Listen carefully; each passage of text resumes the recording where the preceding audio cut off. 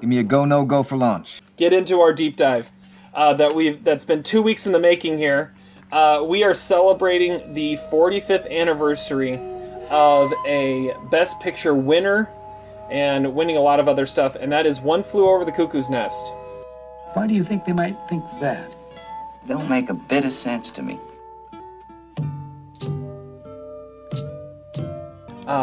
I'm excited for this one. We've been kind of taking turns picking who would choose the deep dive movies. This was my choice, and I just thought it would be a great one to deep dive and talk about. So starting with trivia, Todd's got trivia for us today. So Todd, lead the way. Okay, so we're gonna do normal trivia, but I also have one category that I'm gonna bring you guys back for that we're gonna do at the same time. Okay. That'll make it more interesting, I guess. So, I have T written before I have Z written, so I'll have Terry go first. Okay. Okay. We have 7 questions worth a possible 15 points. Okay. Question number 1. What does McMurphy call basketball when he is trying to get Chief to play? Oh gosh. He says he's like, come on, we're gonna play a game of blank. Oh gosh. Let me just say now that I watched this last night for the first time in quite a while. So I'm gonna say for a game for tall people. It was a game of put the ball in the hole. You know that I was actually gonna. That was my other option. Was saying something similar to that. It was. I knew it had to do something. Yeah. Okay. Okay. How much money total was bet that McMurphy couldn't lift the sink? Oh. 35. No, it was $26.10. One person says 25, one says $1, one says I'll bet a dime. Okay. Okay, who was pitching game 2? I mean, I guess I could say the team, but I don't know. I mean, it just is what came on the radio. Give me the team. Give me the team. Give me the team. I'm gonna need it. Give me a second. I'll have to look up. Oh gosh. Okay, you gotta look it up. So, yeah, I mean, I guess you would need to have heard the line. He was. Yeah. That doesn't help. That doesn't help. Looks like he was yeah, he played for both the Dodgers and the Yankees. That doesn't help. Don Drysdale. No, it was Al Downing. Okay. Okay. What card in the deck does McMurphy show the guy evaluating him, asking where the girl on the card lives? Oh, and say that one more time. Which card does McMurphy show the guy who is evaluating him when he's asking? He's like, he says, "Do you have any questions for me?" He's like, "Yeah. Where does this girl live?" And it is. He shows him a card of like the ass of some chick. So what card in the deck was it? Yeah. The 6 of clubs. I don't know. 4 diamonds. Not a bad guess. Yeah. Okay. During the boat sequence, which 4 of the inmates were wearing hats? Okay. I might actually do okay on Cheswick was wearing a hat. He was. Harding was wearing a hat. That's correct. The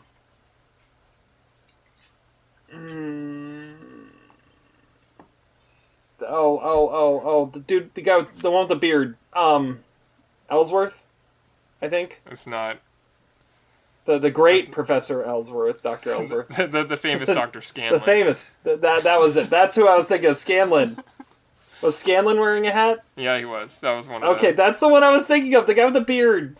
I messed that up. Okay. All right. Well, okay, and the other one was McMurphy. So you got 2 out of the 4. Oh, gosh.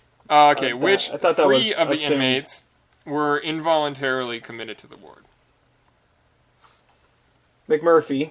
I'm not going to miss that one again. Correct. Chief and Tabor. That's right. Which 4 AFI lists did this movie appear on? Well, greatest villains. I know that. That's one. Greatest movies. That's correct.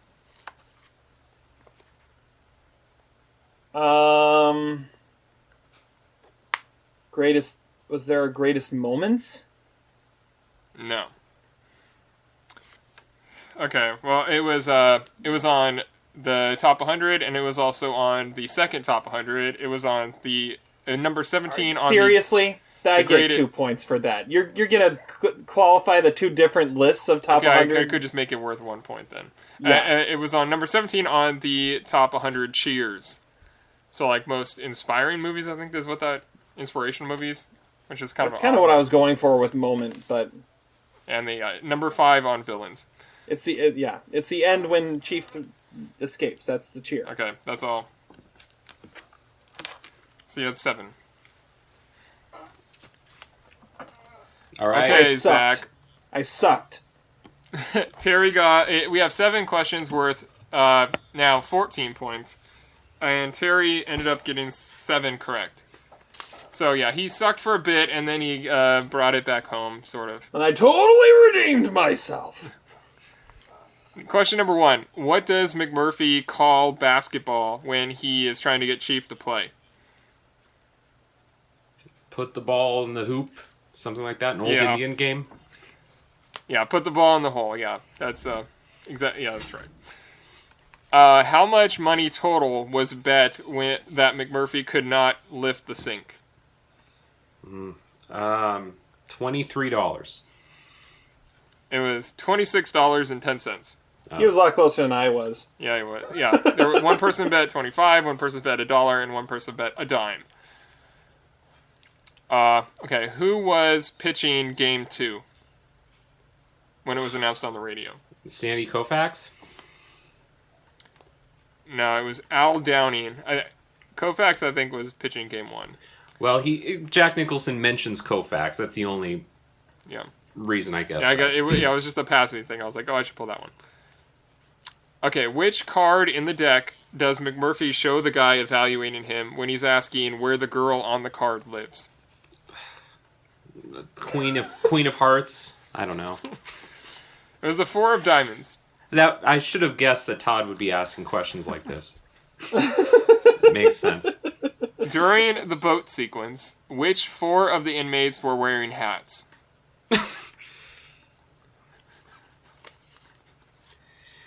Martini, Scanlon. Martini's wrong, Scanlon's correct. Okay. The famous Dr. Scanlon. The Famous Dr. Scanlon. Yeah.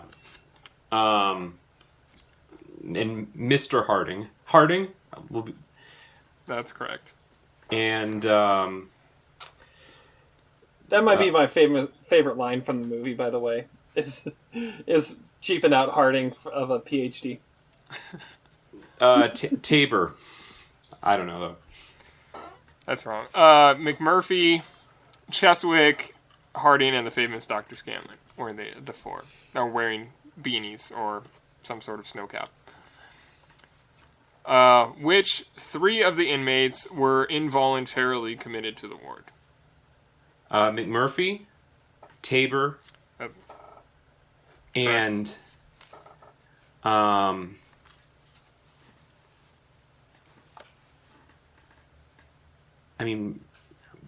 Scanlon? I don't know. I don't know the other one. The other one was Chief. Oh, okay. Why else would he have to escape? It's true. And the last one is, which 4 AFI Top 100 lists did the movie appear on? Well, the top 100 of all time. Both lists. That's correct. Does that count for 2 or just 1? It was going to. And Gosh, are you serious? yeah, I'm giving you 2 points because that was originally what I wrote down. I gave him crap because he was only going to give me one. And it went down on the second list, if I remember correctly. It's like 33 or something like that. Yeah, it went 20 to 33. And then Heroes and Villains. That is correct. It was number 5 for villains. And what, was there one more? Or two more? There's one more. One more. Heroes and Villains. I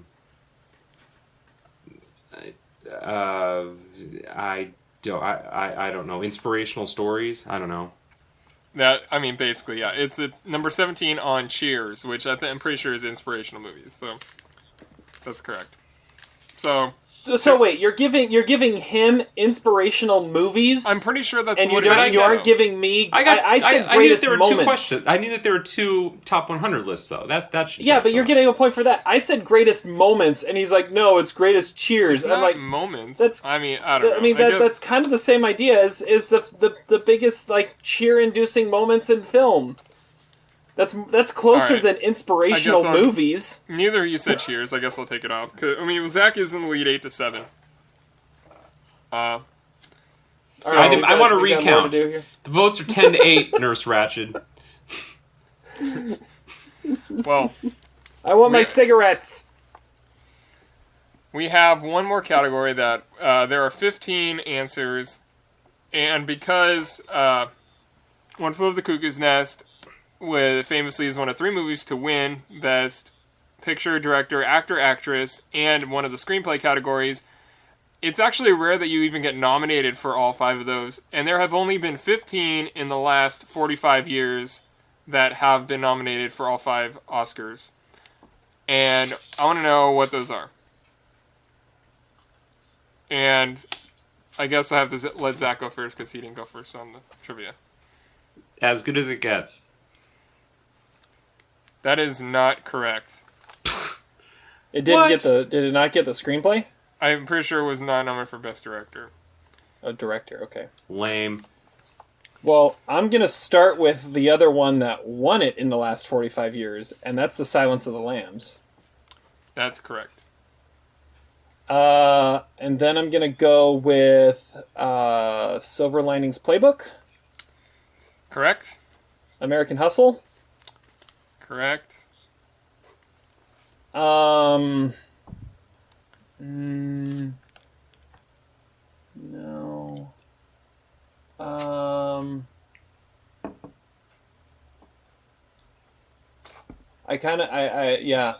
Let's see here. So Terry already won. Zach, do you have any more guesses? American Beauty. American Beauty. Oh, yeah, that's right. a good one. On Golden Pond? I don't think that director was nominated, though. Yeah, that's correct, too. Okay. Rocky. Rocky is correct. Coming Home. That's correct. Reds. Reds is correct. Dead Man Walking. Was Tim Robbins nominated? Oh, I think he was. He was, but the screenplay was not nominated, I'm pretty sure. Oh.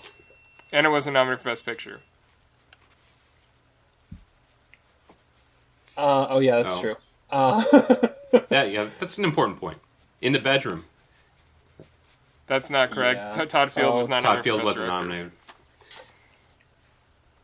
See, it's not that common that you get all 5. I mean, even Las Vegas true. was not nominated for Best Picture. The ones that you I guys was thinking missed, like Walk the Line wasn't nominated for picture or director or screenplay. Oh, didn't get any of them? I thought I might have gotten one of them. Anyways. Network is one. Annie Hall, Atlantic City, The Remains of the Day, The English Patient, $1 Million Baby, and just a couple of years ago, La La Land. But you guys knocked out over half of them, so it's not bad. It may have helped that I looked at kind of that list, sort of that list, to get ready for our Mount Rushmore. Yeah, well, sort of that list, but not. I mean, it obviously. It definitely was research that helped. Yeah.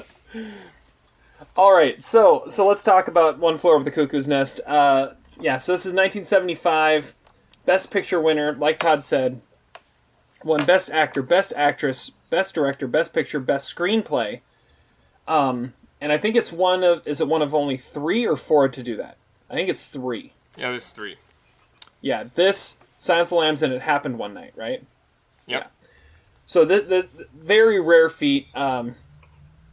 This is a movie that is an Oregon movie based on Ken Kesey novel that here in Oregon.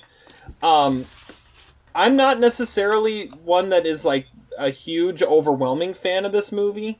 I think it's a really good movie. I'll put it that way. But it's not like I'm going to go and just throw this on for fun. But I thought it was an important movie for us to talk about and deep dive and look at. And it's got a ton of characters. It's got a lot of really fun stuff that we could look at. So that's kind of why I picked it. I do think it's an incredible movie. Jack Nicholson gives an incredible performance. Louise Fletcher is just outstanding in this. And it's amazing to look back and see all these unknown actors that were unknown at the time that became something, that were the inmates of this hospital. And I also love the fact that this got Michael Douglas his first Oscar because he was a producer on it. I always thought that was kind of funny that he got an Oscar before, like 10 years before he was ever nominated for acting in a movie. So, what about you guys, Zach? What's your experience with One Flew Over the Cuckoo's Nest? Well, listen, I think this is a movie that, when for me, it's like when you're a teenager and you read The Catcher in the Rye, you fall in love with Holden Caulfield and J.D. Salinger, and there's a mythos about it, and it's like the best thing you ever read. I mean, for me, that was like my experience, and I think probably a lot of people's experience with One Flew Over the Cuckoo's Nest. I think when you're in high school or maybe in college, you can, sort of see how the movie is, anti-establishment, anti-conformity. When you're a teenager, life sucks. I mean, you're told, do get an A in school and get an after-school job and go to college and be a citizen. And I think Randle McMurphy is a good stand-in for a lot of the teen angst and anger at the world that those young people feel. So this movie was a big part of my life growing up, in part because of the Oregon references, which I'll talk about a little bit maybe later, but alas, I think I've grown out of it a bit, and I sort of realized that was an inevitable part, and that's a cool part of this podcast is, not necessarily the disappointment of growing out of movies, but seeing how we've evolved, or I've evolved as a film goer. I still have a lot of admiration for this movie, and I really like the book. In fact, I did reread the book probably about 5 or 6 years ago. And, Kesey, famously very much, banished the book. He didn't like the film adaptation of his book. He had similar feelings about Sometimes a Great Notion, which is his other great novel. And I think he was justified for a lot of his reasons. So while the movie doesn't hold up for me as a whole, it's still, I think, a great movie to kind of examine because it's also like, again, the cliche movie that freshmen in film classes love to write on. And, it's very easy to make interpretations about the movie and kind of, assign deeper meaning and symbolism to it, to the 1970s. It's definitely a fun movie to talk about, but to watch, maybe not quite as much.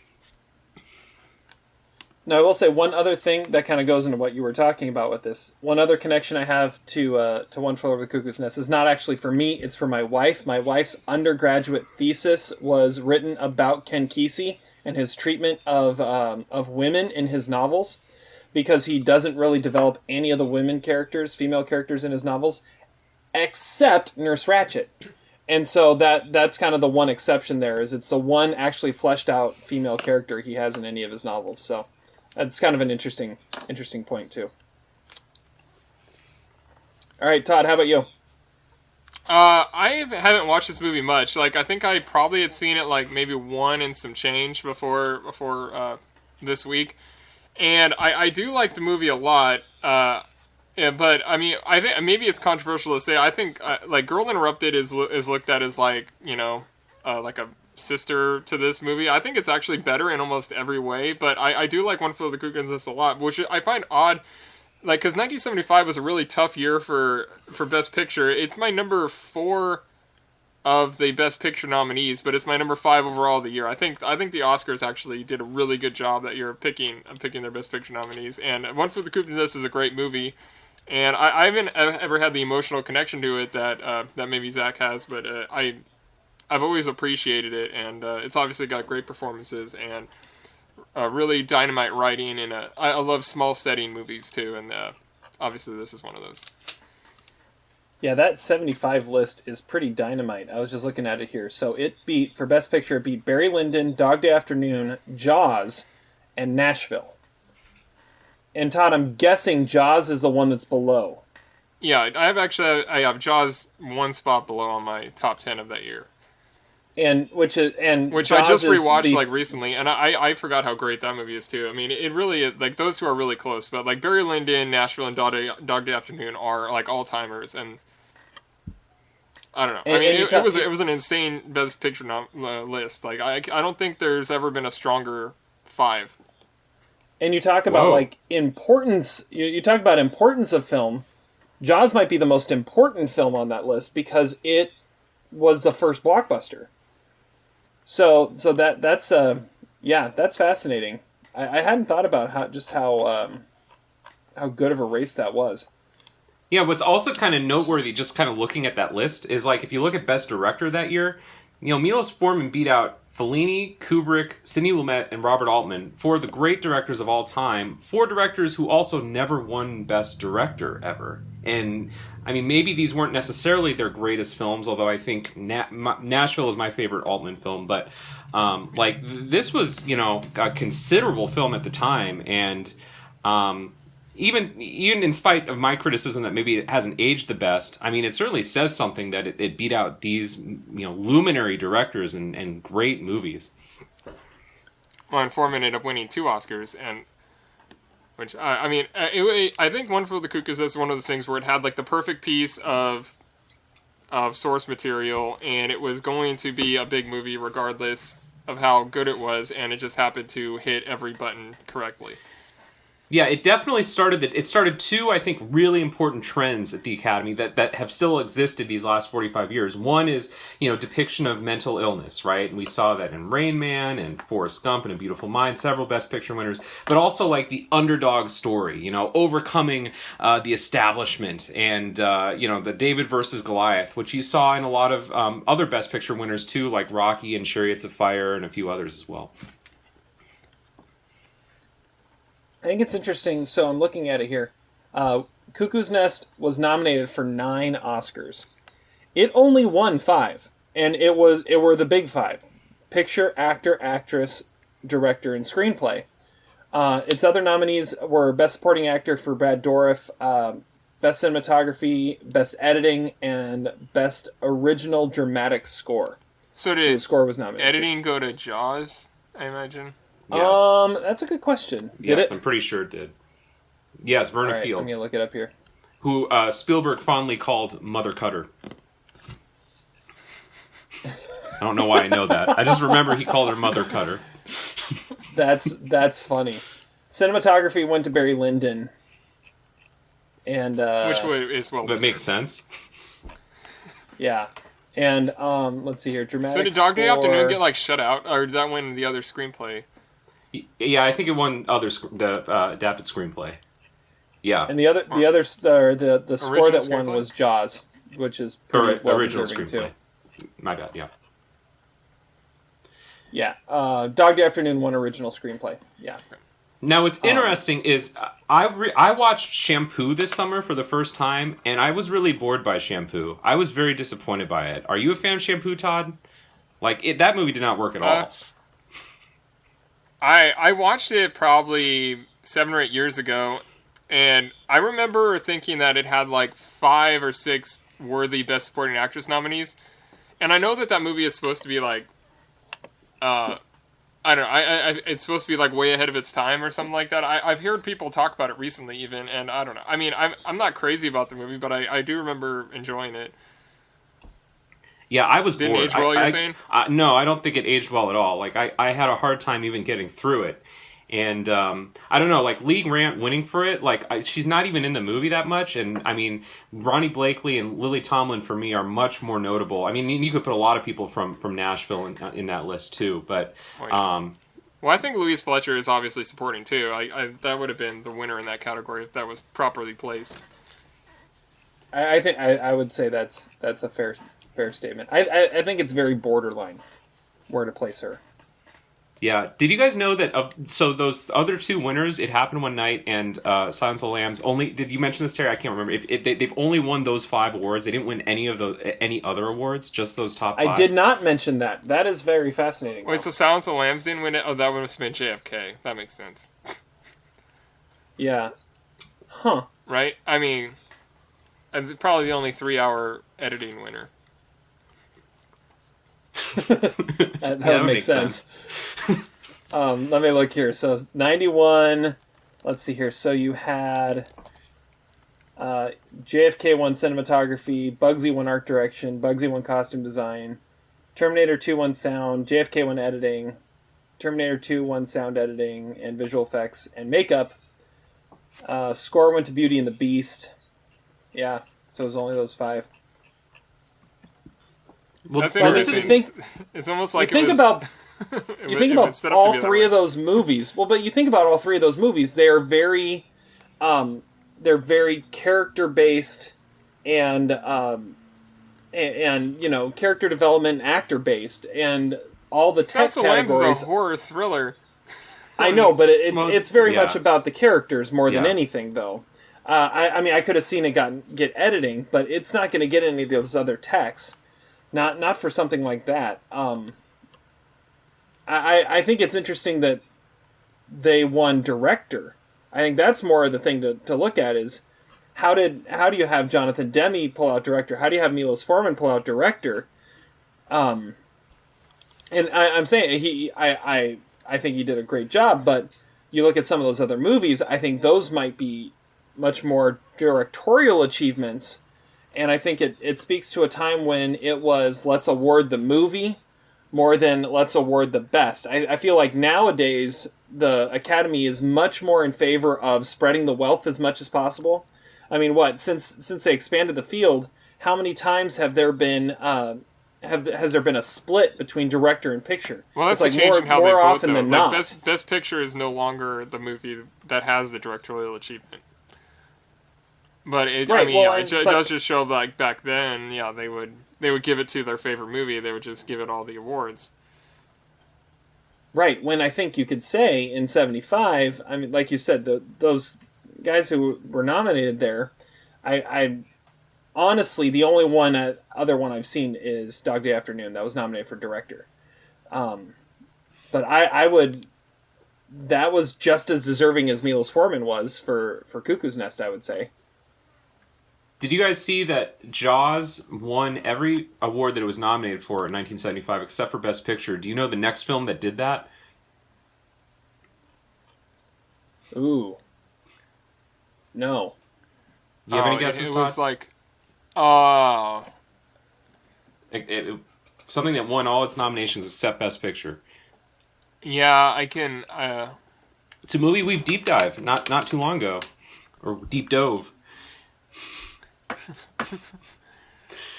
Deep divin? Yeah, it was a deep divin. The answer is Traffic.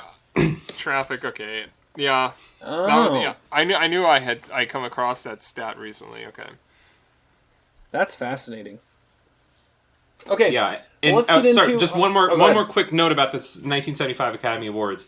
Amarcord, which is the great Fellini film, maybe my favorite Fellini film, was the last film to be nominated in 2 separate years.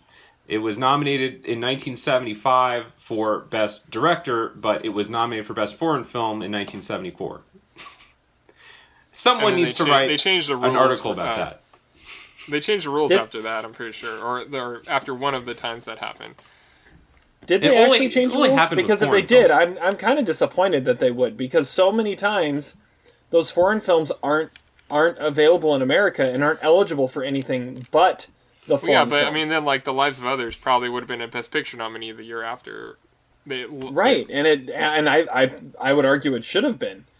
But I mean, that's kind of crazy that you have something like that can only be eligible for foreign, and it beat Pan's Labyrinth that got like 3 other nominations just because it made its debut stateside. Have either of you guys seen Amarcord? It's a pretty good movie. I have not. I have not seen it. I honestly don't think I've seen a single Fellini film. And apparently you haven't seen Jaws. Is that what, oh no, Jaws was nominated for director. That's right. Jaws was not nominated for director. Honestly, if I've seen Jaws, it's been long enough that I remember very little about it. So I probably need to watch that one again sometime very, very soon. Okay, let's get into our discussion about our Mount Rushmore for surrounding One Flew Over the Cuckoo's Nest, because I think it's going to play into a lot of what we've already been talking about. Because our Mount Rushmore is films that were nominated for both Best Actor and Best Actress. So the 2 leading performances were both nominated. And Todd, you came up with this category kind of surrounding this. So, I mean, are we looking like Best Film here? Are we looking Best Tandem? Are we looking... What are you looking at here? I was kind of thinking of best movies that are just the best movie that features performances that were nominated for Best Actor and Best Actress. Okay.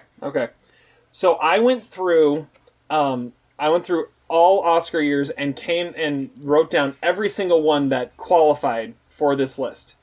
I'm going to ask you guys, how many times has this happened? 24. I'm going to say 60. 81 times. 81 times has a film been nominated in the Best Actor and Best Actress category. One year, had 3 different films do it. Can you figure out which year that was? 51. That is incorrect. 1981. Oh gosh, is it 81 or 80? Atlantic City. Yeah, it sounds like yeah, that's that Uncle year. Red Pond. And Reds. Yep, that was the year. That was 81? Yeah, well, I mean, the I had only in my reason head I that knew that that was is because 80. I did the other list. Oh, yeah. Yep, so that year... so that year had 3. This has happened, let's see here, 1, 2, 3, 4, 5 times in the last decade. And the decade before, it only happened 3 times. It happened a lot back in the early years of the Academy. Can you do you know what the first time this happened was? Cimarron. Cimarron was the first time this happened in 1931. Yep. Okay. Because I was nominated for the other ones too, and I saw that on the list. Yeah. Okay. So I think we just need to go into this and just go for it and say, and then, because I don't think there's any consensus that we want to come up with now. We'll figure that out later. So, Zach, I'm going to you first. What's your submission for Mount Rushmore on this? I'm going to go with Silence of the Lambs. I think that's I think in a lot of those films, one performance is maybe better than the other, or it's maybe better remembered for one performance. But Silence of the Lambs is, I think, one of the few films that qualifies for this category where both performances are equally remembered fondly and both are very, very well deserved in 1991. The one problem I have with Silence of the Lambs, though, is I don't think Anthony Hopkins isn't a lead. That's the one problem I have with it. Oh, please. He's the lead. Come on. He's in it for like 15 minutes. He's in it for... he's a substantial part of the movie. The movie works because of him. It's the same as with Peter Finch. But, I mean, at the same time, like, they both have very little screen time. Yeah. Okay. I mean, I agree that it is definitely a deserving performance, but I don't know if it's I just don't know if it's lead. But I love that movie. Okay, so we got Silence of the Lambs. Todd, what do you got? Okay, so what I did was I went through my top 100 and I picked out all the movies that qualify, and there were 9 of them. And honestly, like the top, I mean, 3 of the top 4 we've talked about. Like we've done a deep dive of one of them, and we did a review of the remake of another one of them, and the other one we talked about some. So I'll pick the one that's below that, below Silence of the Lambs, and that is Bonnie and Clyde. And obviously, classic movie, kind of a game-changing movie, and Warren Beatty and Faye Dunaway are amazing in their roles, and it was, one of the movies that really ushered everybody into the great movies of the 70s, and it's, I don't know what there is to say about Bonnie and Clyde that hasn't been said, so I'll submit that one. Okay. That kind of messes me up a little bit, but I'll figure this out. You were going to pick Bonnie and Clyde? I was not going to pick Bonnie and Clyde. I was not. But I was thinking, in my head, I was looking at it and said, all right, which Faye Dunaway performance do I want to go with? And Bonnie and Clyde was not one of the 2 I was trying to pick between. Oh, I see. So no, don't pick either of them. Yeah, and so I'm like, okay, you picked so Chinatown for a recent thing, right? So I was going between Chinatown and Network, and which one do I pick? But if Faye Dunaway is already on the Mount Rushmore, do we really want to put her on there again? So I am going to go somewhere else, and I haven't decided where yet. I thought you were going to say Dunstan Checks In with Jason Alexander and Faye Dunaway, but I don't think either of them got nominated. That's obviously what I was going with. You read my mind. I'm gonna go. Oh gosh. You know what? I'm just gonna do it. I'm gonna go super old school. I'm going Gone with the Wind. Clark Gable, Vivian Leigh. I mean, it is Vivian Leigh as Scarlett O'Hara is one of the I'd say one of the greatest female performances we've had, and there is nothing more quintessential Clark Gable than Rhett Butler, and it's just amazing. It's still known as one of the greatest films of all time, for good reason. It is so iconic, so classic, and those 2 performances are as iconic and classic as the film itself. So I'm going Gone with the Wind. Yeah, that was in the 12 that I wrote down. So before we decide which one we're going to go with here as a combined, did you know that 2 versions of A Star Is Born qualify for this, and one of them is not the Lady Gaga Bradley Cooper because they robbed Bradley Cooper of a nomination? He was nominated for Best Actor. He wasn't nominated for Screenplay. That was why it was Director. That's why it wasn't nominated for... No, he wasn't nominated for Actor. He was. It wasn't nominated for Director. That's why it didn't qualify for the last list we did. Wait a second.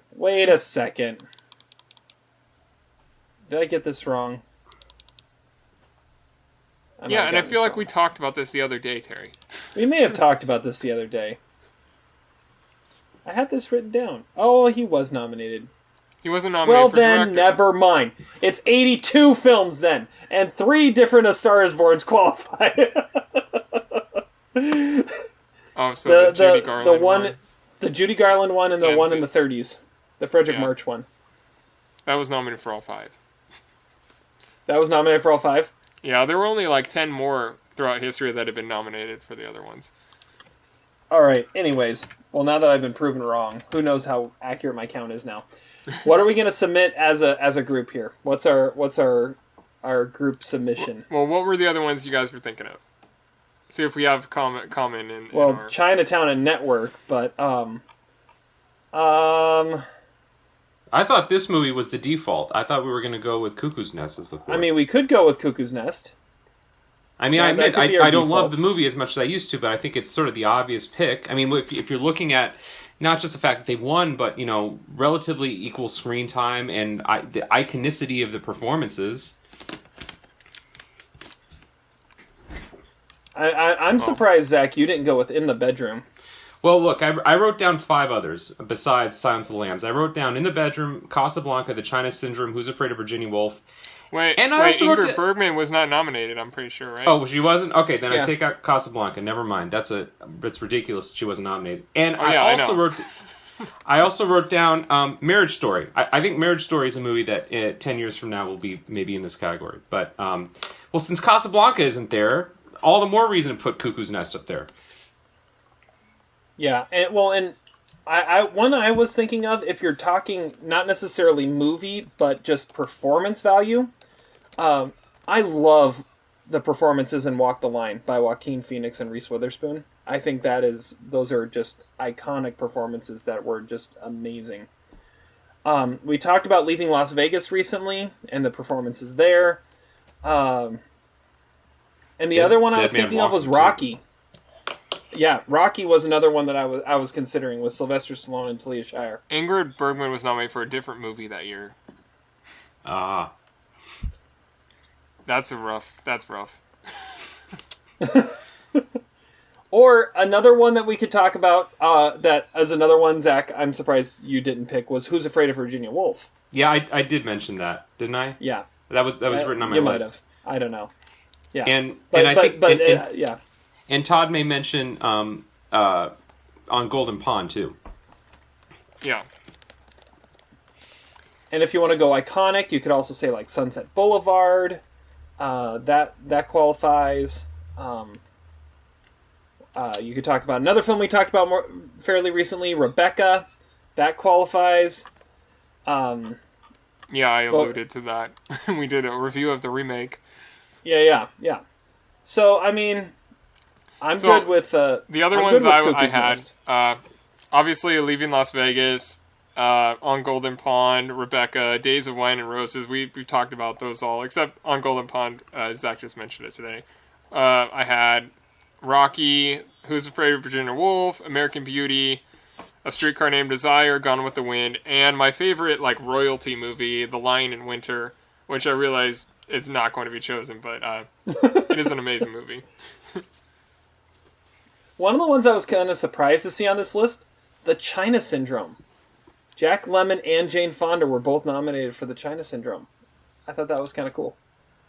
Not Michael Douglas. Not Michael Douglas.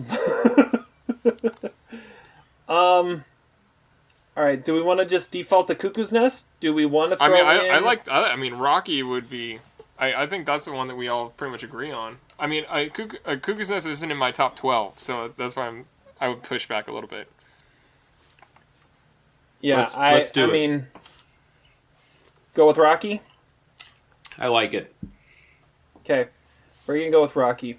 Yeah, I mean, looking at Cuckoo's Nest, it's hard for me to pick Cuckoo's Nest when Jack Nicholson had a better performance the year before, and Louise Fletcher was like never heard from again after Cuckoo's Nest, or very very little was heard from her. So, yeah.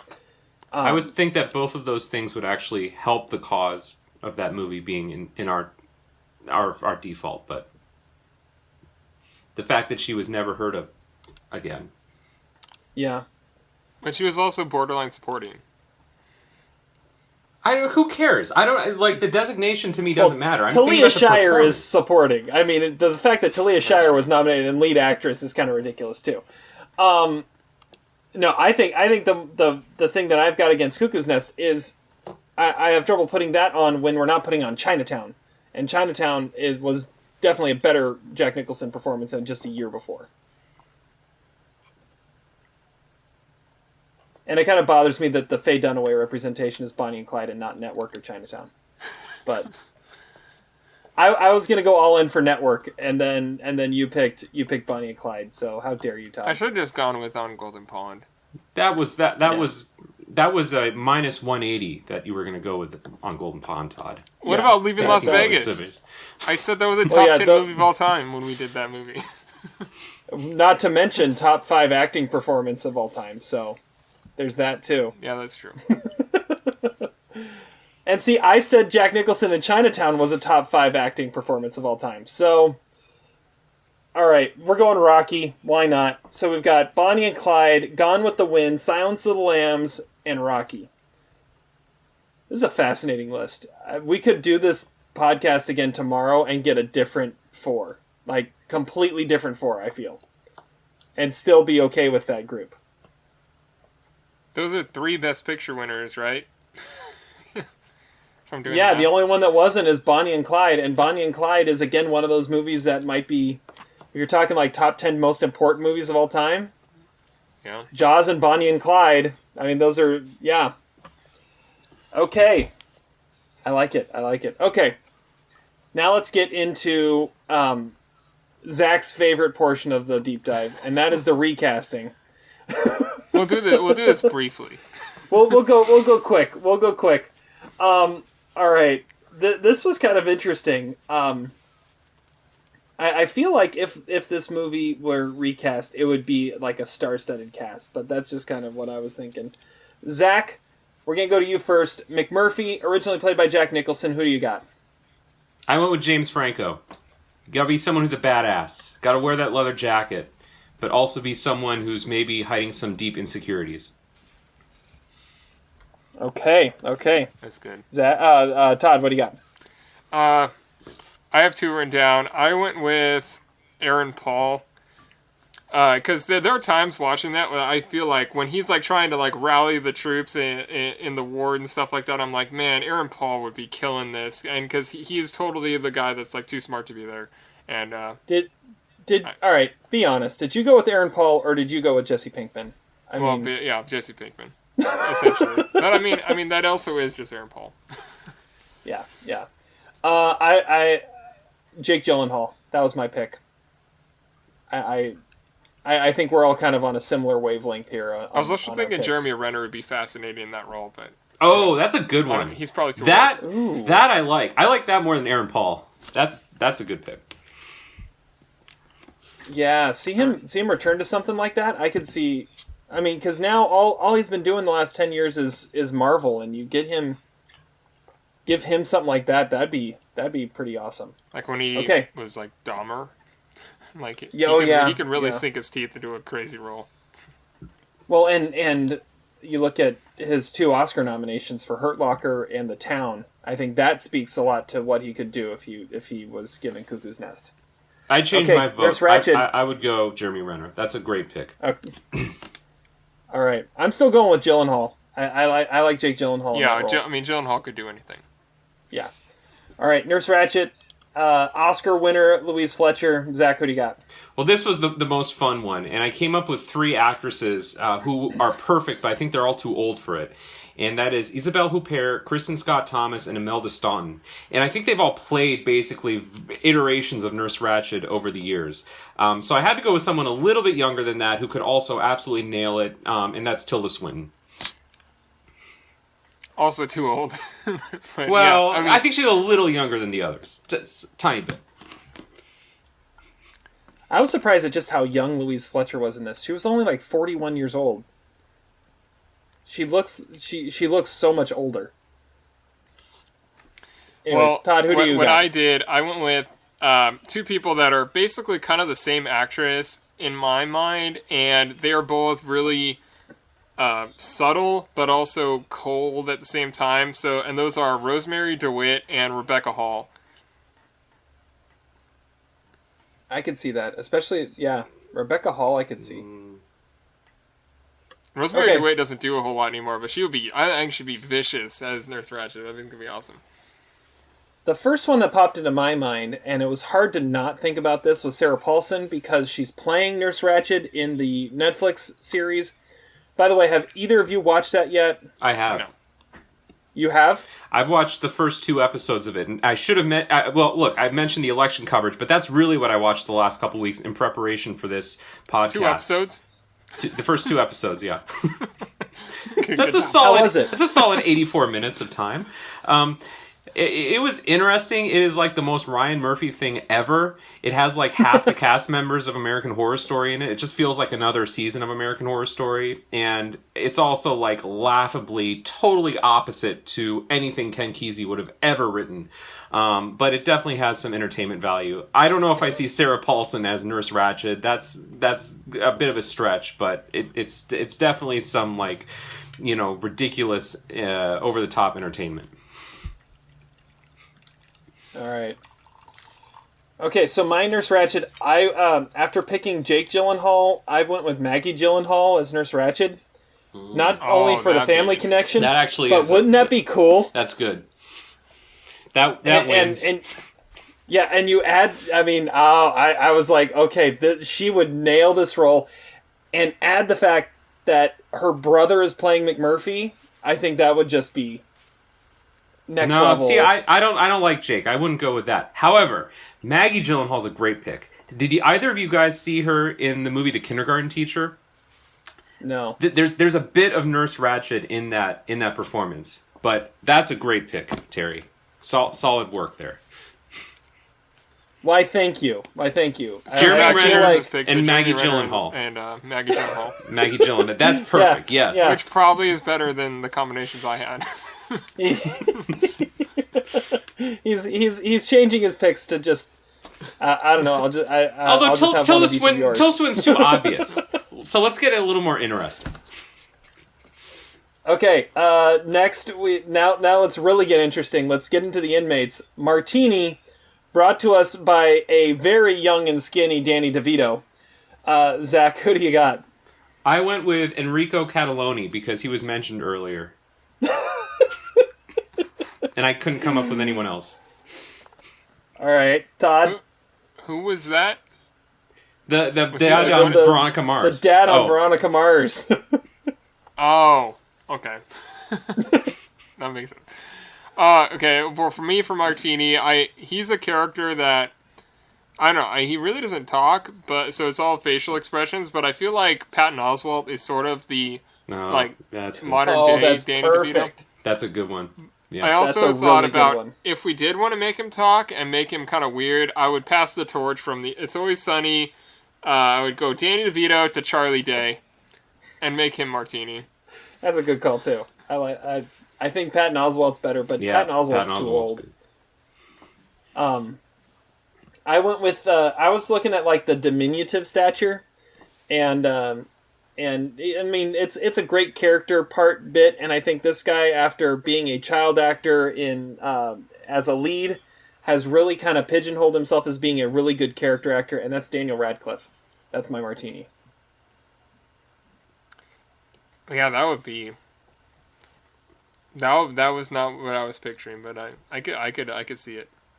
I'm not sure why he'd be called Martini though. Yeah, I don't know.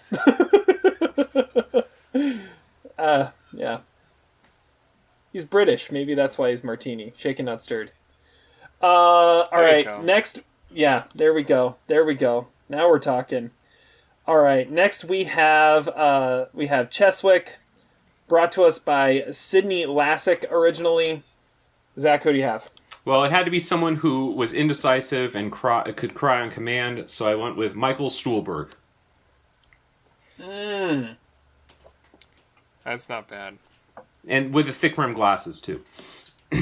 I like that. That's so much better than my pick.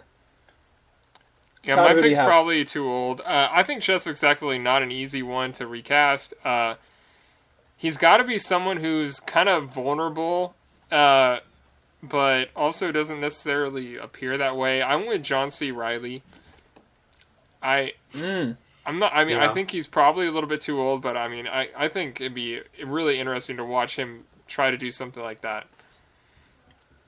One problem I have with John C. Reilly is I have trouble watching him do dramatic work after seeing his slapstick comedy. It just doesn't fit. I mean, he's more of like a quirky drama guy than like I can't see him doing the outburst about the cigarettes without laughing through it. Just because that's who he is. He can't do that without making it funny. Well, maybe it's just because of the sound of his voice. Yeah, that could be. My pick is Toby Jones. Just because I think he could pull off like the innocent look. And he hasn't had a really great role that he could sink his teeth into in a long time. And I think he could pull it off. Toby Jones, I think it's the first time we've ever mentioned him on one of these. I think so. But when I see Cheswick, I see that like just innocent, 10-year-old trapped in a 50-year-old's body. And I think Toby Jones could pull that off. Okay. Tabor, played by a very young Christopher Lloyd. Zach, who do you got? I went with Andy Dick. Because we haven't mentioned him on the podcast. Just like we haven't mentioned whoever we were just talking about. Toby Jones. Toby Jones. All right, Todd, what do you have? Tabor's one of those characters that you could tell that he knows that he's kind of too smart to be there. He's almost like above everybody else. And I went with Jason Lee. I know it's a serious step out. You don't really recast Christopher Lloyd ever, but I mean, Jason Lee has that like sarcasm, and he could push everyone's buttons. I don't know. I when I thought of that, I was like, okay, I could see it. I went with Adam Driver. Well, I mean, you could have him as almost any of the characters. That's what I'm saying. If this was recast, it would be a star-studded affair for sure. And I think. Yeah, he's kind of being a leading man, but I think he's a much better character actor. And then I was just thinking, like, who would you recast in Back to the Future? Like, couldn't you see Adam Driver pulling off that role? I don't know. I mean, Zach and I talked about this in Vegas, how Christopher Lloyd in Back to the Future is one of the 5 highest war performances of all time. Absolutely. That's a good call. That is a good irreplaceable. call. That was actually Zach's call, but I mean, yeah, I mean, I agreed. That's why it's like, anytime you see him, it's like, who are you gonna put in that place? I mean, he's one of a kind. Yes, absolutely. Okay, Harding, played by William Redfield originally. Zach? This one was impossible for me to cast. I went with Aaron Taylor Johnson. He's way too young. And that's terrible. I don't know. Yeah. Okay. I don't know. I got nothing. Okay, no. The correct answer, I mean, he is very buttoned up and reserved, and he he stands out in the cast because of that, and that is Eugene Levy. He is the perfect Harding. He's way too old. He's like this movie was made 30 years ago. Yeah. How old is Harding? He's got to be 50-ish at least. Eugene Levy's not in his like 70s. I think he is. I think Eugene Levy is in his 70s. Eugene Levy. Okay. And Harding, let's see here. He's 74. Okay, and William Redfield was 48 when this was made. Because he died the next year at 49. He died at 49? He died at 49. He died in August of 76. Oh, that's unfortunate. Yeah. So when this came out, he was 48. R.I.P. Aaron Taylor Johnson, by the way, is 30. So I win that. You can't go closer in age. Barely. Whatever. You went like 66% of his age. I mean, that's not okay. I've got the better pick. I've got the pick that both of you are going to change to. First off, I have to say, whenever I see Harding in this movie, his character, his demeanor, always just kind of reminds me of David Ogden Stiers as Winchester in MASH. I feel like that. Too. Yeah, I mean, it's basically the same character. I was also thinking the dad in Richie Rich. Oh, Edward Herman. Yeah, he's dead too. Well, I know, but that's why both David Ogden Stiers and Edward Herman are both dead. But didn't we do like a Twitter poll of like greatest Edward Herman performances after he died? And the I feel like we did. Richie Rich and it was the dad in Richie Rich, or is it the dad in Gilmore Girls? That was the vote. Anyways, well, that takes me back. My Harding is Colin Hanks. Button up, reserved, clean cut, wondering why he's there. That's who I went with. Maybe it's I much should better go with than like either of yours. what is his son, Dan Levy. Maybe I should have done with that one. That would have been better than Eugene. Yes. Eugene fits the profile. Maybe I'm just thinking of Eugene Levy in Best in Show, and I'll be like, okay, that's Harding. I still think that's a horrible call, but okay. All right. Next is I don't know why we're recasting this, but Chief. Oh, this is a good one. I have 2 choices for this one. Played by Will Sampson, who I read was like a park ranger in the Oregon area there, and they cast him in this because he was the only Native American big enough to play Chief that they could find. Zach, who do you have? Well, I had two. Adam Beach came to mind, but I also thought about Benicio del Toro, who played a Native American in The Pledge. So either one of those. Okay. All right. Todd? Okay. So my two, I had Tom Lister, who is the big black guy. He doesn't even really need to be a chief, but in The Dark Knight on the boat. And he's played in a bunch of other things. I think he's in The Longest Yard and some other things. Like, he totally fits that role because I think he's played it before. And I also thought of Vinnie Jones because Sphinx is basically Chief. Like, he doesn't talk, and when he does, it's really profound or something, or really funny. And so, yeah. I would love to watch both of those. Not gonna lie, Vinnie Jones crossed my mind. I like just hearing him say juicy fruit. I was like, that's a Sphinx thing. Sphinx, I love seeing you. Exactly. And of course, Adam Beach has to cross your mind because honestly, he's like the only working Native American actor in his 40s or 50s. But I went with you got to work on the stature. You got to have the big guy. I went with Jason Momoa. Oh, that could. Yeah. That, See, that's that could why I work. went with Tom Lister. Like, you know who I'm talking about, right? I think so. Look him up real quick. You'll know I'm who I'm looking talking him about. up. You're like, okay, I'm looking him up. That makes sense. All right, while I'm looking him up, let's get started on Billy Bibbitt, played by Brad Dourif in his Oscar-nominated role. Zach, who do you have? I went with Nicholas Hoult. Ooh. That's an interesting one. Might be too old. Maybe. But not as old as Eugene Levy. Well, yeah, he's definitely not that old. He's maybe a third his age. I went with Griffin Gluck, who you might recognize from American Vandal, but I just watched Big Time Adolescence, and I thought that was a really good movie, and I did too. He does, like, really... Okay, well, he really proved to me that he's more than just what he was in American Vandal, and I think he could pull off Billy Bibb, because I don't think Brad Dourif really does too much to make him that distinguished of a character, and I think Griffin Gluck deserves that kind of like Beatty Oscar role. All right, Beatty Oscar role, which means you got to give it to an Oscar nominee, Timothée Chalamet. Okay, I mean, honestly, the first one that popped in my head was Tom Holland, but then I decided to go Timothée Chalamet instead. This is the kind of role that always goes to like Shia LaBeouf or something. I mean, there was this movie in 2001 called Manic that had like all those kind of actors in it. Well, Joseph Gordon-Levitt was the main character in the mental ward or whatever, and like it's always like the Shia LaBeouf role that gets a really Beatty, stuttering character. But I don't know. What if Shia LaBeouf was McMurphy?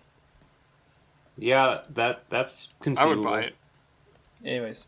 I was surprised Terry didn't say Joseph Gordon-Levitt for McMurphy, because I was going to be like, he did that in Manic. But, I know you guys haven't seen it. All right, who would Nicolas Cage play? I think Nicolas Cage would play Kirk Douglas, someone who bought the rights to this movie with the idea of playing the main character before someone told him not to. Maybe he's like the doctor that runs the hospital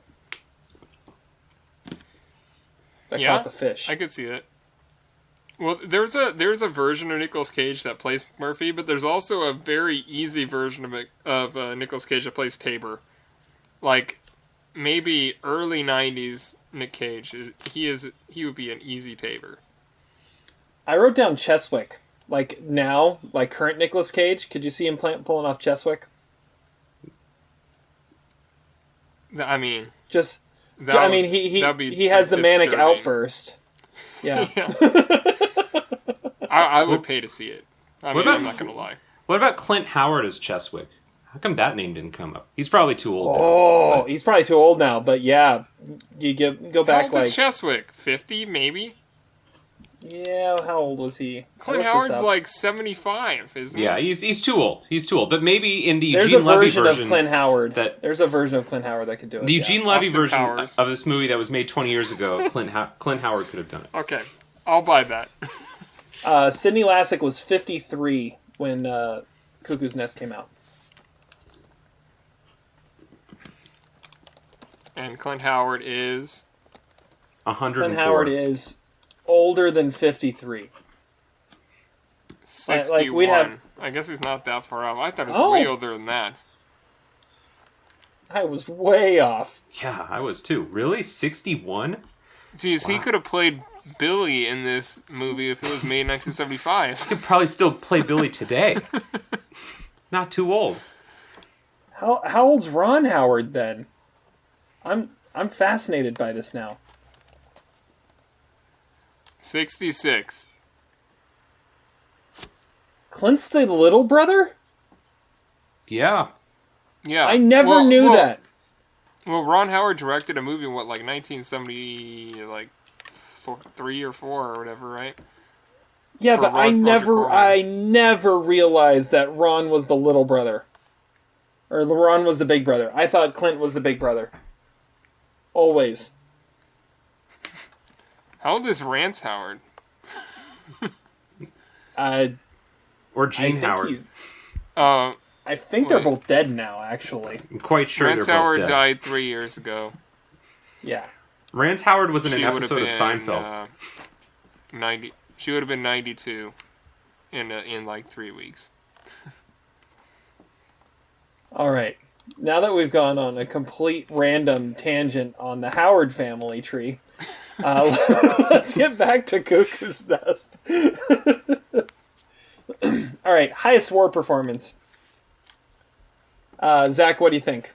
All right. Well, for me, this is in the Nobel Prize award winner guy from Beautiful Mind category, the Austin Pendleton Award.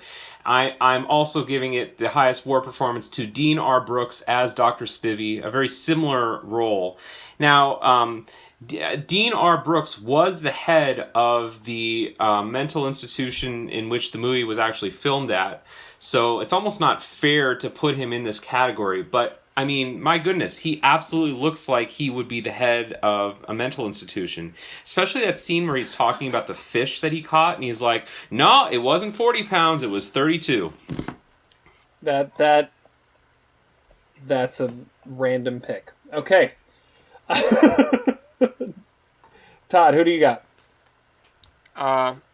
So I went with Sidney Lassick as Cheswick. I always thought he was the best performance in the movie, and I think he's just heartbreaking to watch. It's all in his eyes. He's got pain and worry in his eyes at all times. I think he's the most convincing character in the entire award, and I think he should have been nominated for an Oscar.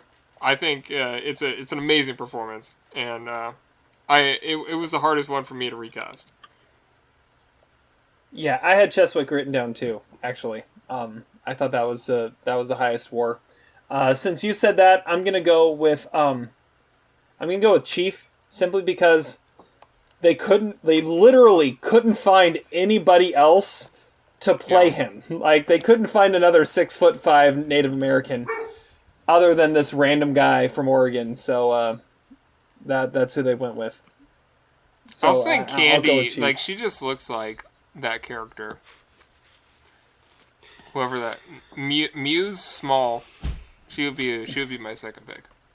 There are a lot of really high war performances. I was also thinking about Kay Lee as the night supervisor. I mean, that lady looks like she is a night supervisor at a mental facility. I mean, that's a perfectly cast role.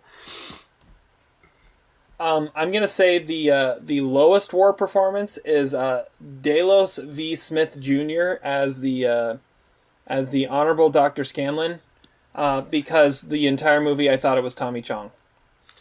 Oh, no, see, that's interesting. See, I thought it was Hal Ashby.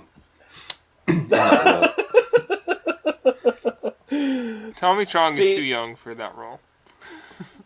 I thought the whole time I'm like, man, I just really want to. Yeah, I was expecting to hear Tommy Chong out of that. Anyways, totally looks like him. I think the fact that Zach saw somebody else proves just how much that that was the lowest war performance. Anyways, all right, worst performance, Zach.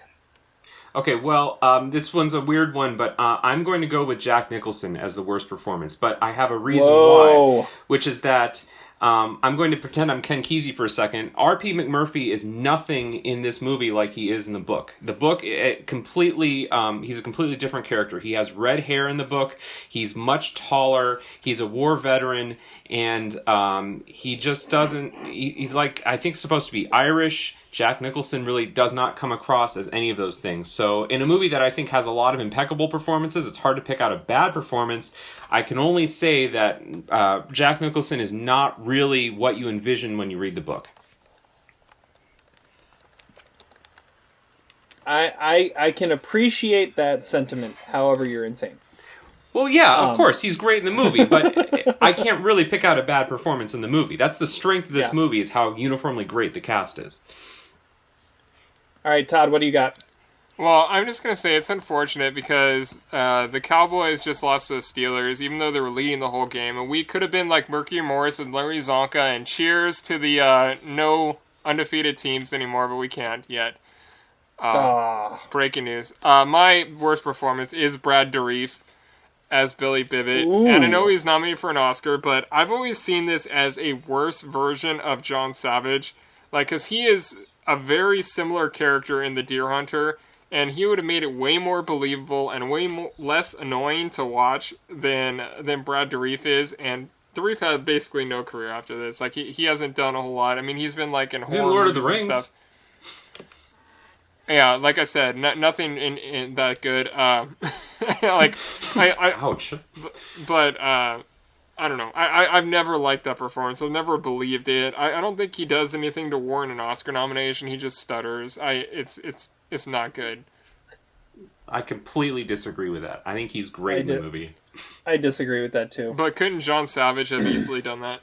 He did it 2 years later or 3 years later, very much better. I think you're just influenced by your favorite movie. I think so. All right, my worst performance. So I'm gonna kind of go a similar route as Zach. As Zach was talking about, the book and everything. I usually end up saying worst performance is the worst written role, and so my wife is going to be happy with me. I'm gonna go Muse Small as Candy, simply because she has nothing to do and is just kind of this like eye candy and toy of a woman that just happens to be around. Like let's get her on a boat so that guys can do stuff with her. Then let's get her to the ward so that Billy can sleep with her. I mean, it doesn't make any sense, and it's kind of a lousy, thankless role, and there's nothing really there for her to do other than just to then you should have picked Angelica Houston as woman in crowd on pier. Well, yeah, that's just in there because Angelica Houston just happened to be an extra in this movie. I'm not going to pick that as the worst performance. You just picked one of the ones I said should have been highest war because she looks I know, like a candy. And you're an idiot for saying it. Well, thank you. Yeah, I'm sure you take that as a badge of honor. Okay. Amazing Larry, Big Tim High Roller, Best Minor Character award goes to Zach. Oh, this was an absolutely easy call. This is Scatman Carruthers as Turkle. He actually is a lot like the High Roller in Uncut Gems. He comes into the movie at the same point as the High Roller comes in Uncut Gems. He's also similarly terrible with women. He's absolutely he has no game, no skill whatsoever. And I don't agree with that. Really, I think he kind of blows it with Candy's friend. What's her name? Rose. Rose is not interested at all. But he's an old man. I mean, he's out of it. He's past his prime. I want to know. Been out of the game years ago, but he can't go home because he hates his wife. I want to know someone who's putting his job on the line just for free booze. That's impressive, I guess. It's not just booze; he's getting women too. I don't know. I mean, okay. I mean, but yes, you're right. He is one of the highest Big Tim rollers, or whatever. You should have said Big Larry Roller. That would have just combined them all. Magic Larry. Yeah. Amazing Tim Roller. My Go ahead, pick Todd. is Colonel Matterson because he is like just around. Everyone respects him, and he's just doing his thing. They like wheel him around. They wheel him out to the basketball court just because. And McMurphy calls him General. I mean, like when the first time he calls him General, like you're just like, dude, that guy is the king of this place, and he's my favorite minor character. He knows the national anthem. That's the one thing he can recite. Yes. This is true. So my favorite minor character is the dancing inmate. Yeah, I don't remember his name. I like him too. We should have But recast he's him. the best. We totally should have. He's the best. All he does is just walk around the ward and dance. I mean, you can't go wrong with that. That would have been a good Nicolas Cage role too, if we're being honest. But that would have been a good one for sure. All right, Zach, do we even need to ask about who the biggest stick man is? Oh, I think it's so obvious. I mean, if you want to ask it, we can, but it is so obviously Harding's wife. Oh, yeah. That's exactly what I wrote down for Zach. Harding's wife. Well, here's the thing. Harding's wife. I'm just going to throw out a conspiracy theory here. Harding's wife is also like Officer Slater's wife in Superbad. You know, she's really getting it in. She's getting the poundage, and yeah, I mean, you could make the case that Harding is not performing his duties because he might not be interested. That might not be the way he swings, so to speak. But yeah, she's certainly getting her tank filled somewhere else. I feel like, all right, here's my conspiracy theory. I feel like Harding's wife is in some way related to the plot of Chinatown in the private eye chasing down, seeing where the infidelity is happening. But you know what? It's about content and form, Terry. So Todd, you had the same? Well, yeah, but I also said Turkle, like, back in the day, because you could tell, like, Turkle right has no when game. the alcohol shows up, right when the women show up, like, he is like, oh, yeah! Like, I mean, he was I know back, what all this means! he was back in the zone. Like, you could tell, like, yeah, him in his 20s and 30s, like, man, he was Turkle a stick man. Turkle doesn't even drink that much. I mean, he falls asleep. I mean, they all fall asleep. But he's the Yeah, night because he's old watchman. now. I'm saying back in the day, Turkle was a stick man. That's a terrible pick. I went with McMurphy because, I mean, he's bringing women we can onto the talk boat. about He's that. bringing not women into the women. ward. He's bringing underage girls, but okay. Oh, well, okay. The candy, sure, but Yeah. And then when he's asked, like, "Are you going to marry her?" He's like, "No, she's just a friend." I think He's just Candy's the more one I could get interested a hold in of to Billy show up today. than McMurphy. All right. How about the award that goes to the Swan Micah Oliphant douchebag award? I love how Timothy Oliphant is the only one that is an actual actor that is a part of this list. The rest are characters. Well, I mean, we And could then we just have name Timothy every character Oliphant. he's played. I mean, this is more efficient. Much more efficient. Zach, who's the biggest douchebag?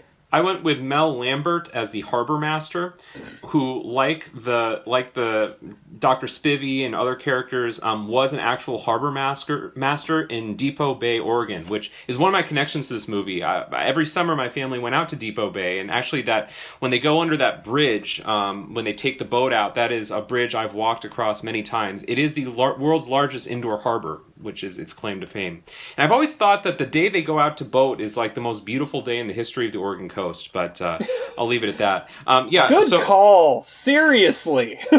Mel Lambert as the harbor master is really pissed off, and I guess he goes along with it, but apparently, according to the making of the film, he actually was legitimately upset at Jack Nicholson for taking his boat. So I don't know if that was actually his boat, but he was upset, and Nicholson riled a really good performance out of him.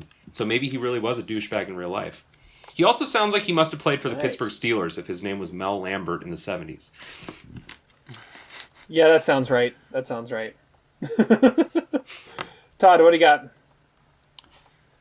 I went with Tabor because he's just an antagonizer, and I feel like he's way less qualified to be there than basically anybody else. He's more like McMurphy than anyone, and he just knows how to push everyone's buttons.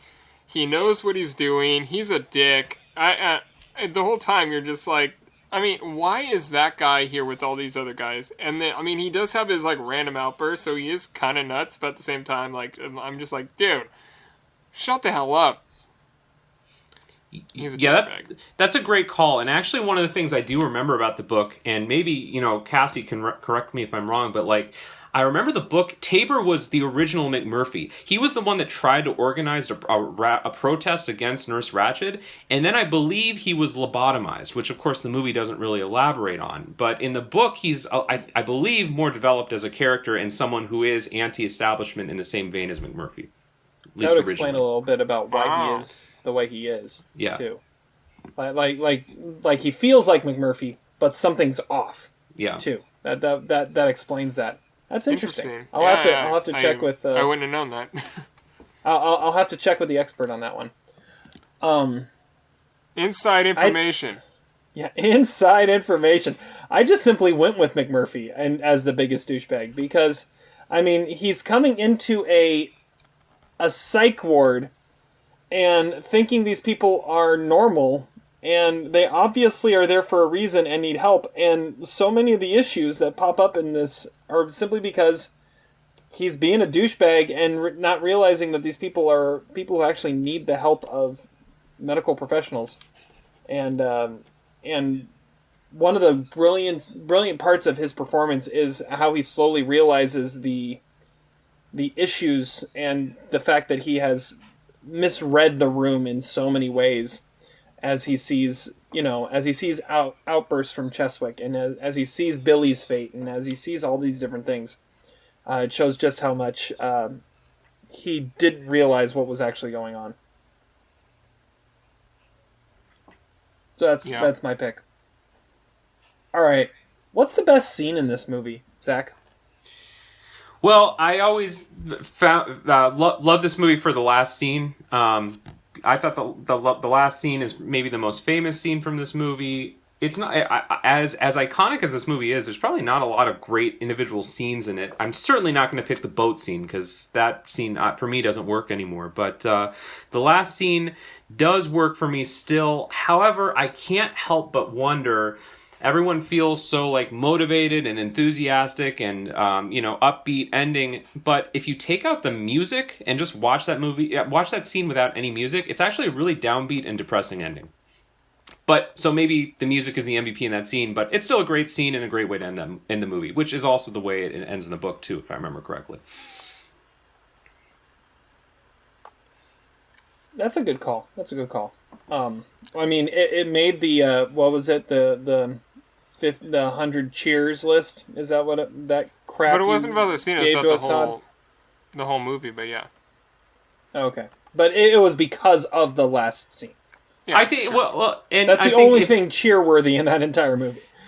Exactly. I think the moment that the chief hugs R.P. McMurphy is, for me, the most emotionally relevant moment in the movie, and I think that actually holds up fairly well. All right, Todd, what do you got? I have a few. I'm going to say McMurphy when he's trying to get everybody to vote to watch the game. Because in that moment, you see Jack Nicholson at his peak. Like, he is doing everything he can. He goes to every member of the entire ward, and you get to see a little bit of each of their character. Like, it's an awesome scene. It's sort of almost a rousing scene, which is odd at that point in the movie.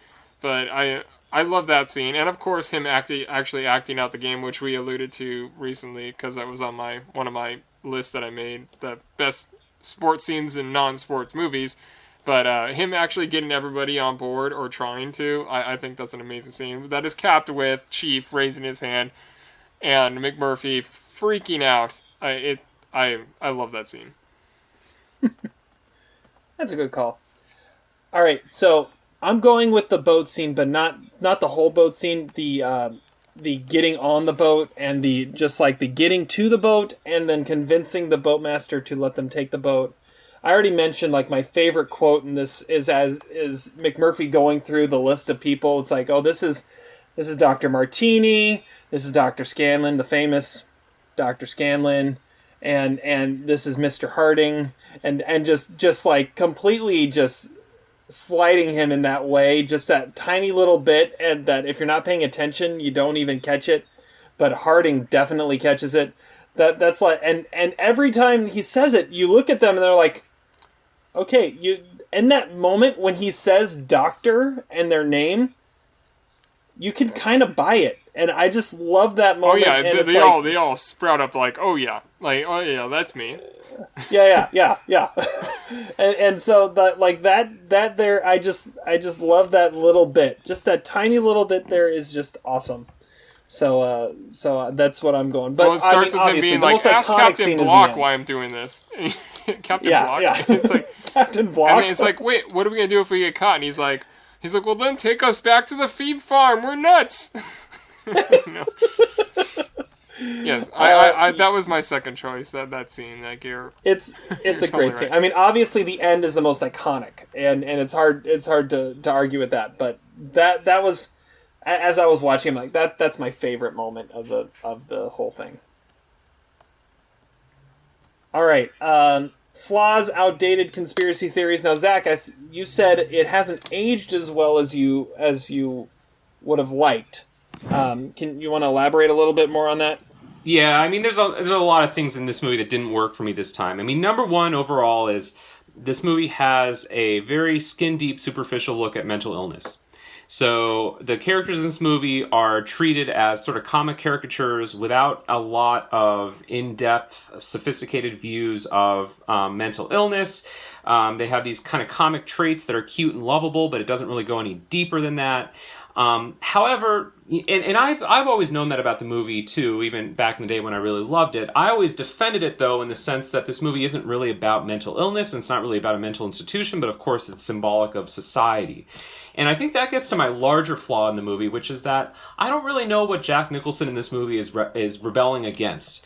I'm sure in the 1970s, this notion of a government that sent people off to war in Vietnam, an unjust war, and I'm sure, a government that was corrupt like Richard Nixon and Watergate, I'm sure you'd have every reason to be suspicious of what a government was trying to coerce its citizens into believing.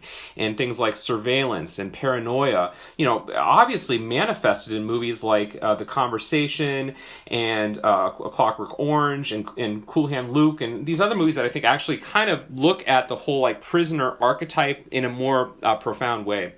I don't know what this movie's rebelling against, and I think that kind of goes back to Nurse Ratched. I mean, she's a manipulative character who wields power in unjust ways, but honestly, what's the most unjust thing that happens in this movie? They don't get to watch the freaking World Series, okay? This movie is ultimately just about fear of women, and I think it's very misogynistic, and like Terry was saying, it's a movie that you can choose to believe that Nurse Ratched is not a stand-in for every woman, but I feel like part of the allure of this movie, certainly if you're a young guy, is Nurse Ratched is a stand-in for your mom, for your teacher, for the nuns at your church, for your boss, for everyone, and you just want to strangle her because she's a bitch. And I'm sorry, but that is how this movie is presented to me. And I know Ratched is really negatively portrayed in this movie, and Louise Fletcher is amazing in this movie. But honestly, I felt like she was the most compelling character. I felt kind of similar to when I rewatched The Graduate and thought Mrs. Robinson was the most interesting character. She needed more development. I was way more interested in her as a character than I was McMurphy, who's this, again, statutory rapist who's kind of one-dimensional, whose solution to everything is let's just man up, let's play cards, let's watch basketball and get laid. That's such a simplistic solution to the problem, and I think Ken Kesey would also agree with that. Of course, the other flaw is that this movie shortchanges the chief character, who's much more developed in the book. The book is going for something very different, so I can't necessarily fault the movie for going for a different aspect, but I don't know. know. I feel like this movie sanitizes mental illness in a way that it is not particularly accurate, and it also I think villainizes people who honestly try to help others, like nurses. And Kesey based his experiences on when he was in a psychiatric ward, and when the CIA was doing treatments like MK Ultra to try to make sure that people in surveillance and in interrogation would reveal their secrets. And so that's a side of the story that I think needs to be told a little bit, in a little context that I think is super important. It's probably more relevant in the book, but I just feel like this movie has a very overly simplistic worldview that is outdated, very much a 1970s movie. But frankly, if I'm looking for a movie about anti-establishment, then I'm going to go for something like Cool Hand Luke or even The Great Escape. I would also even say Doubt. I mean, Doubt is basically like this movie, but with two characters who are more complex than McMurphy and Ratched. However, on a whole, I still think the movie's entertaining. It's just not nearly as worthy as the praise as it's been given over time. So a couple of things you mentioned. I think you said it's definitely a 1970s movie, and I think that speaks to a lot of what you said about it being oversimplified view of mental illness, because that was kind of what we knew about mental illness in the 70s. It wasn't as much in the forefront. It wasn't as defined as it is now. And I think that's a very fair statement to make. My biggest thing, and going into something that you mentioned, I'm going to kind of disagree with you a little bit. And I would say, like, my biggest flaw is I don't necessarily see in the portrayal of the film why Nurse Ratched is vilified the way she is. I don't see her as the ultimate bad guy that she's given, like number 5 on the greatest villains of all time. I don't see that. I mean, she does manipulate. She does have her moments, especially with Billy in the end, is so out of bounds, over the top. But I mean, from the first time I watched this, I had the feeling that I wanted to almost sympathize with her, in how she is just simply trying to run her ward and help these people, and then she sees the bad boy troublemaker come in. And I was talking to my wife about this, and it almost felt like since I've watched this for the first time, watching the scenes where she's running the sessions with the whole group has almost felt like, for me, running a classroom. I mean, being a teacher running a classroom, and where you have all these personalities, you're trying to manage all these personalities and have everyone get something out of it, and then the bad boy that was just expelled from the school next door comes into your room. That's McMurphy. And she's got to try and deal with that while still helping everybody else.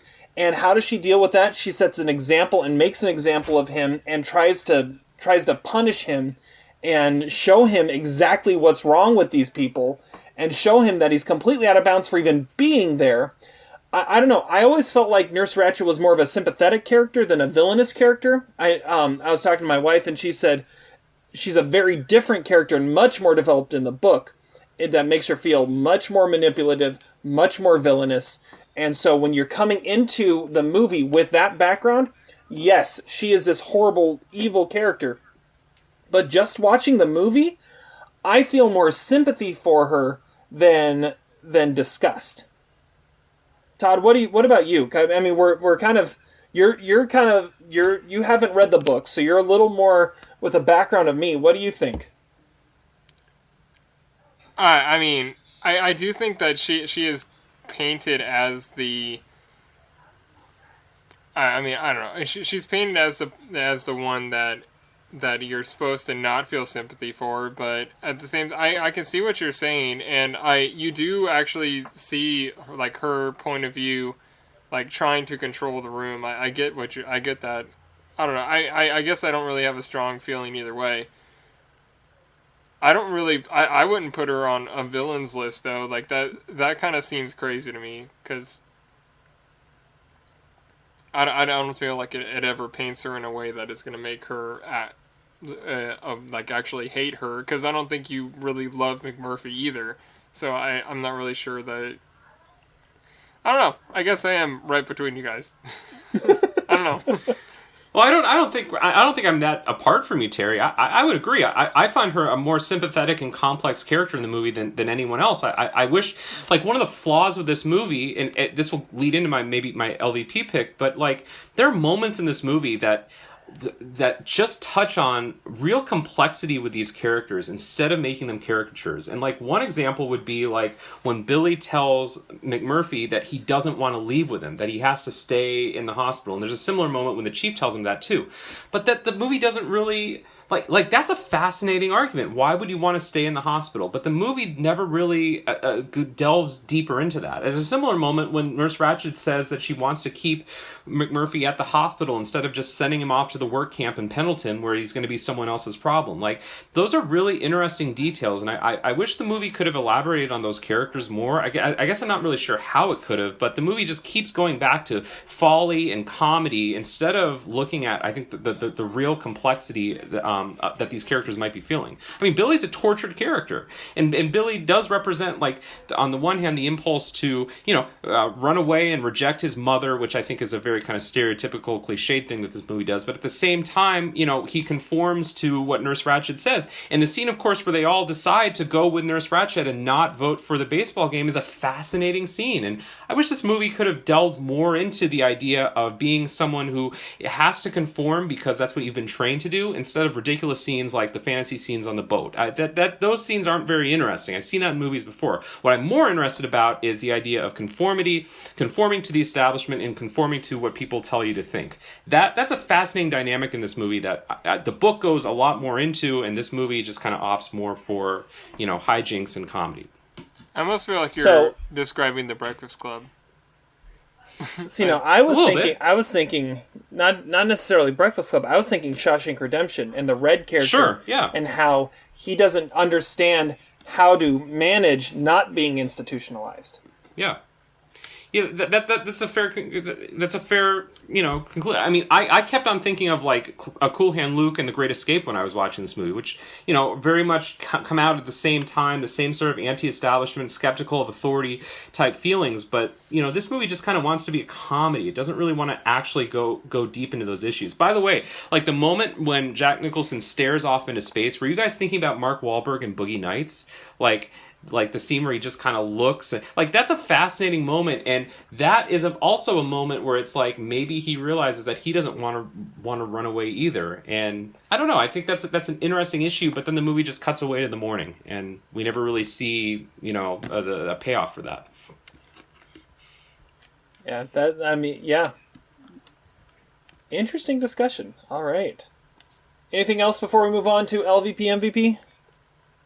Well, the only flaw I had written down was, like, right when he shows up, he already knows the names of all the people that are there. Like, I think he says Billy and Martini before he even actually gets admitted into the place, which I think was odd. I don't really know how that... I don't really know how he could all actually know their names already. And I also think the name... Like, the scenes with the leaders of the ward and Nurse Ratched talking about, passing McMurphy onto another... mental institution or whatever, like, I feel like those scenes actually paved the way for Orange is the New Black to actually come to fruition, because, like, those are the kinds of scenes that make Orange is the New Black really interesting, along with, like, some of the interactions between the inmates. I think that those are the kind of things that make it really, because, I mean, the like, half of Orange is the New Black is all about, like, the guards and the... Mm-hmm. And the warden and stuff like that. I mean, those are really interesting scenes, and I think it probably goes back to that, because I don't think I've ever seen that in any other movie. Yeah, I mean, this movie should be made into a series like Orange is the New Black, where you get every character's backstory. But I think the book was a lot more cerebral, and the book was about how the chief was a schizophrenic paranoid, and he had these hallucinations and delusions. And so it's a very kind of cryptic, abstract book. But the movie is much more of a crowd pleaser. And so I would agree with Todd. You kind of want to know, like, more about who these people are and what backgrounds they come from. And it's just, and it's a testament to, I think, the great performances in the movie. Now, Zach, you mentioned you wanted to know more about Nurse Ratched. Do you feel like from what you've seen so far, the show Ratched is giving you that backstory that you wanted? No, I think the show's terrible. But, you know, I've only seen 2 episodes. It's so trashy. It's like Mondo Trasho. But, you know, it's Ryan Murphy. I mean, come on. I don't know. It's terrible. Yeah, I mean, you definitely know what you're getting into when it's a Ryan Murphy production, for sure. Okay. LVP, MVP. Zach, you're first. All right, well, my LVP is Miloš Forman. I think my hot take here is that he shouldn't have won Best Director for this movie. It's going to go along with my MVP of this movie, which is Haskell Wexler. And the rumor has it that Haskell Wexler was fired in this movie during the making of this movie. And he actually didn't film the sequence on the boat, which was shot at the very end of the shoot. And Haskell Wexler has a great clip on YouTube where he just talks about Haskell Wexler. First of all, Haskell Wexler has no filter. So if you ever watch an interview with him, he just says whatever is on his mind. He's great like that. But he just trashes Miloš Forman. He says Miloš Forman didn't understand American culture. He didn't understand cinematography. He didn't understand staging or blocking. He didn't understand actors. He was just a complete nobody who was just this kind of European chic bullshit, like in the same vein as Roman Polanski. And he just totally trashes him. And I kind of believe Haskell Wexler. And by the way, the cinematography in this movie, I mean, given that it's all shot in this very sanitized, you know, bland institution, actually works really well. And it kind of is based on that aesthetic of Titty Cut Follies, the Frederick Wiseman documentary. So I really like the look of this movie. I don't think Miloš Forman had anything to do with it, though. And he also got into an argument with Jack Nicholson, too. Okay. So who's your MVP? Hot take there.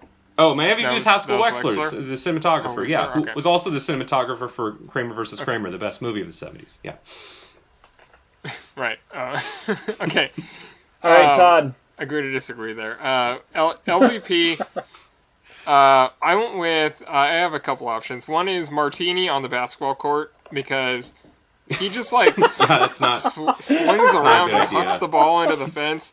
And he runs around aimlessly, like he is the weak link on that team. And I also went with Candy because she screws everything up for Turkle for sure, and for the escape at the end. My MVP, I'm gonna go with the Oscars because, like I said, the 1975 Best Picture race was absolutely stacked, and I love how it all ended up playing out. And Michael Douglas getting his first Oscar because he is one of the people that really brought the movie together and was able to get it made. He's one of the heroes of the movie, unsung heroes of the movie, even though he won an Oscar for it. All right.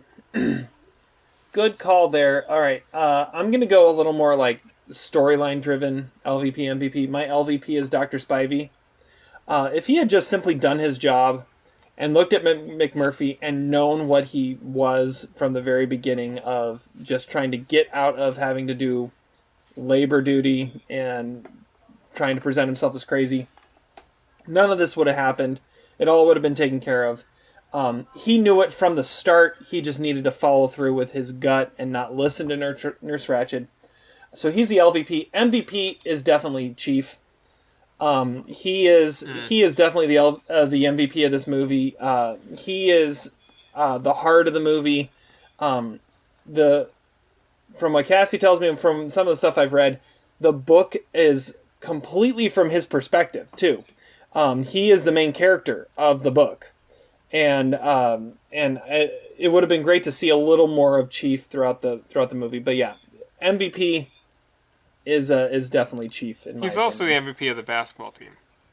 Yes. Oh, absolutely. That is that is undisputable right there. Okay, let's wrap this up. Quote of the day, Zach. All right, my quote comes from the book, One Flew Over the Cuckoo's Nest, and I think this passage from it summarizes everything you need to know about the difference between the movie and the book, and it comes from the Chief, and he says, "I lay in bed the night before the fishing trip and thought it over, about my being deaf, about the years of not letting on that I heard what I said, and I wonder if I can ever act any other way again. But I remember one thing, and this is the important part. It wasn't me that started acting deaf, it was people that first started acting like I was too dumb to hear or see or say anything at all." And that, I think, summarizes the difference of the book and the movie, and also shows how the perspective of the Chief is so much more important in the book than it is the movie, and it changes the message of the story completely. That's a great quote. That's a great quote. All right, Todd, what do you got? My quote comes from Kill Chain, the Nicolas Cage movie I watched this week. Because you'll see. Nicolas Cage is acting like he owns this hotel, and he says he only has 2 rooms open, and people keep coming in and asking him, like, 2 rooms, like, how do you make a living? And he says, oh, low overhead, occasional opportunities. And I feel like that describes this podcast. All right.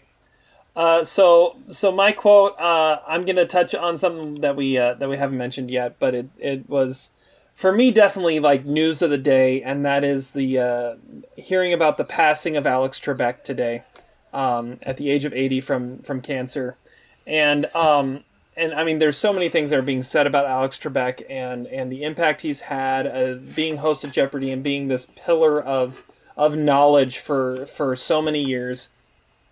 But what one of my friends on Facebook, shout out to Eric Oswald, if you're listening, I'm shouting you out right now. I'm quoting him because he made an amazing quote post on Facebook that said, in a certain sense, it's comforting to know that Sean Connery, Alex Trebek, and Burt Reynolds are together again, which makes me want to quote SNL Celebrity Jeopardy. That's not what your mother said, Trebek. I mean, it's kind of funny that when you really think about it, that Sean Connery, Alex Trebek, they pass away a week apart. And I hadn't really thought about it until he mentioned it there. So the penis mightier for 4,000. It's an amazing thing. And so my last quote is going to be, Alex Trebek said at one point, his last message he wanted to have to everybody was, and until we meet again, God bless you and goodbye. So that's my quote. And also, just to wrap it all around, Miloš Forman originally wanted Burt Reynolds to play McMurphy, which would have made a very different movie. That would have been interesting, yeah. A very different movie, though. For sure. I actually could see it. All right. Well, with that, we're going to bring this podcast to a close. Thank you so much for listening to episode 99. Make sure you find us on Apple Podcasts, on Stitcher, on Spotify, on Pandora. Our podcasts are now also found on YouTube. You can find them there on the Almost Sideways YouTube channel. Our audio links are being posted there. Make sure you check out Daily Notes and the most recent episode with Adam and Zach interviewing pretty awesome. Yeah, Daisuke Beppo from probably the most Japan. Famous, one of the most famous Criterion collectors in the world. Yeah, I haven't had a chance to listen to it yet, but I'm really looking forward to listening to it soon. So make sure you check that out. We will be back at you next week with episode 100. So until then, have fun watching movies, and we'll catch you on the flip side. Despite your crass behavior, I'm glad we were able to do this together.